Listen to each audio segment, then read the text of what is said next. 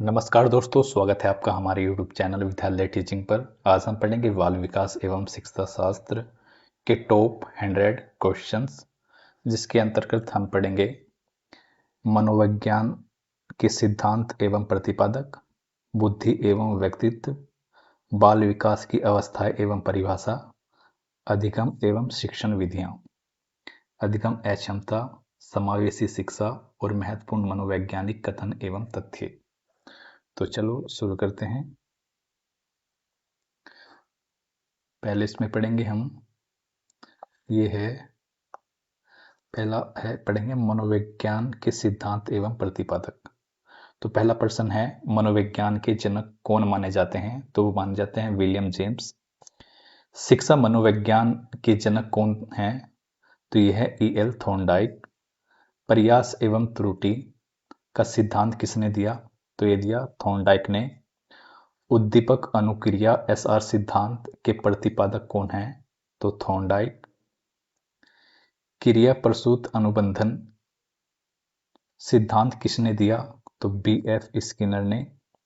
शास्त्रीय अनुबंधन classical conditioning सिद्धांत के जनक कौन है? तो इवान P. पावलोव। अब उसके बाद है अगला प्रश्न, यह है सूझ या अंतर्दृष्टि इंसाइट का सिद्धांत किसने दिया? कोहलर, जो कि थे गेस्टाल्टवादी। सामाजिक अधिगम सिद्धांत सोशल लर्निंग थ्योरी का प्रतिपादन किसने किया? तो ये किया था अल्बर्ट बंडूरा ने। संज्ञानात्मक विकास कॉग्निटिव डेवलपमेंट का सिद्धांत किसने दिया? जीन पियाजे ने। नैतिक विकास मोरल डेवलपमेंट का सिद्धांत किसने दिया? तो लॉरेंस कोलबर्ग ने। सामाजिक सांस्कृतिक विकास सोशियो कल्चर का सिद्धांत किसने दिया? तो लेव वाइगोस्की ने। बहुबुद्धि यानी मल्टीपल इंटेलिजेंस का सिद्धांत किसने दिया? तो हार्वर्ड गार्डनर ने। अब उसके बाद है हमारा नेक्स्ट प्रश्न, तो ये होगा बुद्धि का द्विकारक टू फैक्टर सिद्धांत किसने दिया? तो चार्ल्स स्पेयरमैन ने। बुद्धि का तरल या तरल ठोस यानी फ्लूइड क्रिस्टलाइज्ड सिद्धांत किसने दिया? तो RB कैटल ने। उसके बाद है आवश्यकता का पदानुक्रम सिद्धांत किसने दिया? अब्राहम मैस्लो ने। मूल प्रवृत्ति का सिद्धांत किसने दिया? तो विलियम मैकडूल ने। इन्होंने 14 मूल प्रवृत्तियां बताई हैं। और मनोविश्लेषणात्मक सिद्धांत के जनक कौन थे? तो सिगमंड फ्रायड। उसके बाद है बुद्धि एवं व्यक्तित्व के बारे में पढ़ेंगे, यानी बुद्धि लब्धि IQ का सूत्र क्या है? तो मानसिक आयु बटे वास्तविक आयु गुना 100।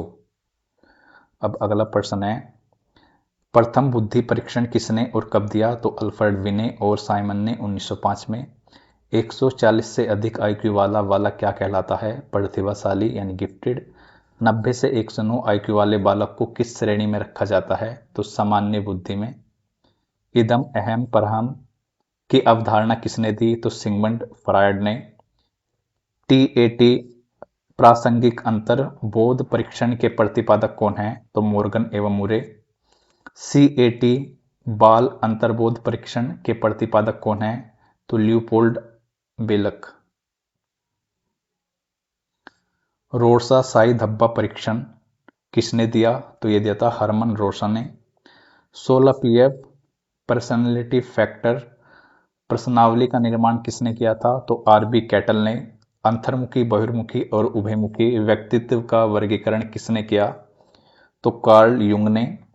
शरीर रचना के आधार पर लंबकाय सुडुलकाय और गोलकाय व्यक्तित्व का वर्गीकरण किसने किया था? तो यह किया था क्रेचर ने। व्यक्तित्व व्यक्ति के भीतर उन मनो शारीरिक गुणों का गतिशील संगठन है। यह परिभाषा किसकी है? तो यह है JW ओलपोर्ट की। अब उसके बाद हम पढ़ेंगे बाल विकास की अवस्थाएं एवं परिभाषा।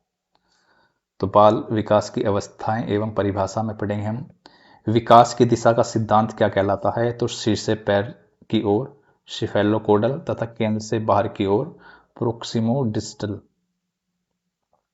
फिर है विकास आनुवांशिकता और वातावरण का गुणनफल, यह कथन किसका है? तो वुडवर्थ का। किशोर अवस्था को बड़े संघर्ष, तनाव और तूफान की अवस्था किसने कहा? तो स्टेनले हॉल ने। बाल्य अवस्था को जीवन का अनोखा काल किसने कहा? तो कोल एवं ब्रूस ने। शैश अवस्था को सीखने का आदर्श काल किसने कहा? तो वैलेंटाइन ने। फिर उसके बाद है 20वीं शताब्दी बालक की शताब्दी है, यह कथन किसका है? तो यह कोरो एंड कोरो का। वंशानुक्रम के नियम, समानता, भिन्नता, प्रत्यागमन मुख्य रूप से किस पर आधारित है? तो ग्रेगर जॉन मेंडल पर। प्रत्यागमन का सिद्धांत सोरेंस ने परिभाषित किया। जीन पियाजे की संज्ञानात्मक विकास की 4 अवस्थाएं कौन सी है? तो संवेदीगामक 0 से 2, पूर्व संक्रियात्मक 2 से 7 वर्ष, मूर्त संक्रियात्मक 7 से 11 वर्ष और औपचारिक संक्रियात्मक 11 से 15 वर्ष। फिर है वस्तु स्थायित्व, ऑब्जेक्ट परमेन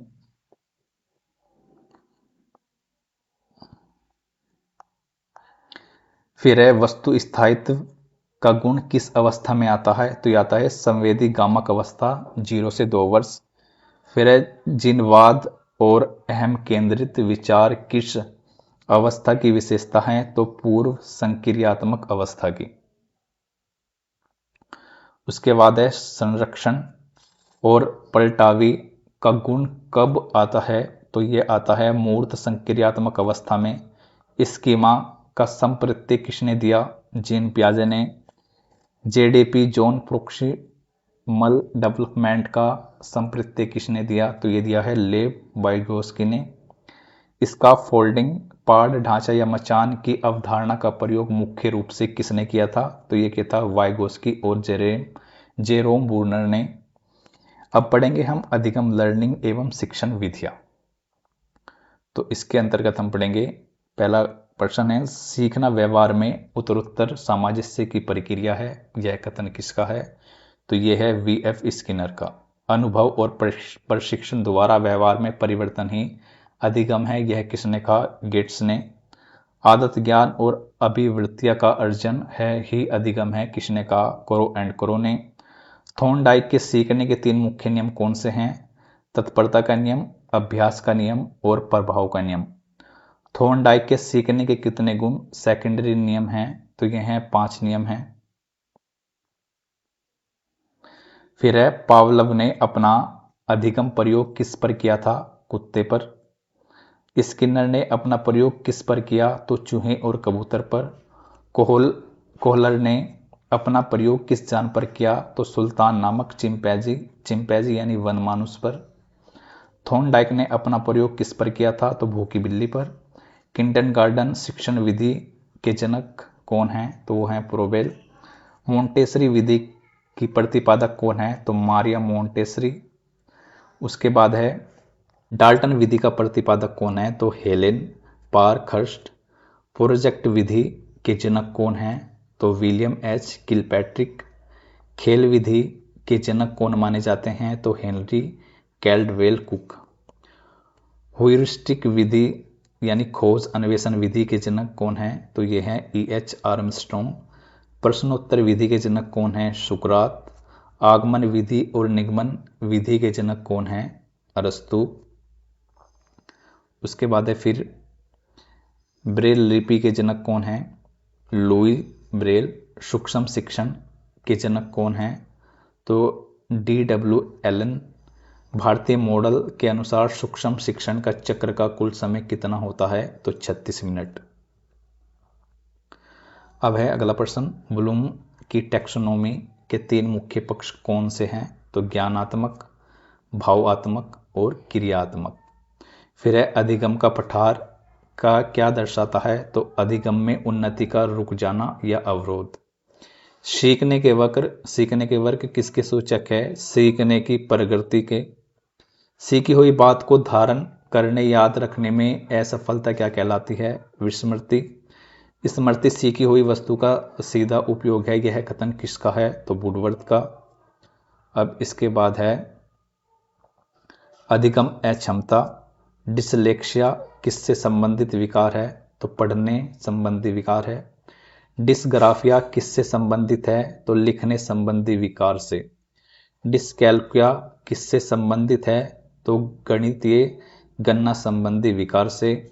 डिस्फेजिया किससे संबंधित है? तो भाषा एवं संप्रेषण संबंधी विकार से। डिस्प्रैक्सिया किससे संबंधित है? तो गामक कौशल यानी मोटर स्किल एवं समन्वय संबंधी विकार से। अब इसके बाद हम पढ़ेंगे समावेशी शिक्षा एनसीएफ 2005 एवं आरटीई एक्ट 2009। समावेशी शिक्षा का मूल अर्थ क्या है? तो सामान्य और विशिष्ट क्षमता वाले सभी बच्चों को एक ही नियमित कक्षा में एक साथ शिक्षा देना। सृजनात्मक क्रिएटिविटी का मुख्य रूप से किस प्रकार के चिंतन से जुड़ी है? तो अपसारी चिंतन से। बुद्धि मुख्य रूप से किस प्रकार के चिंतन से जुड़ी मानी जाती है? तो अभिसारी चिंतन से।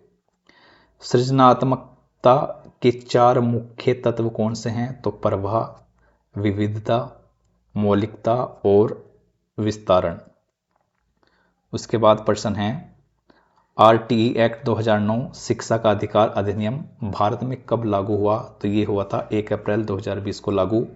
आरटीई एक्ट 2009 में किस आयु वर्ग के बच्चों के लिए मुफ्त और अनिवार्य शिक्षा का प्रावधान है? तो 6 से 14 वर्ष के। दिव्यांग बच्चों के लिए मुफ्त शिक्षा की आयु सीमा क्या है? तो 6 से 18 वर्ष।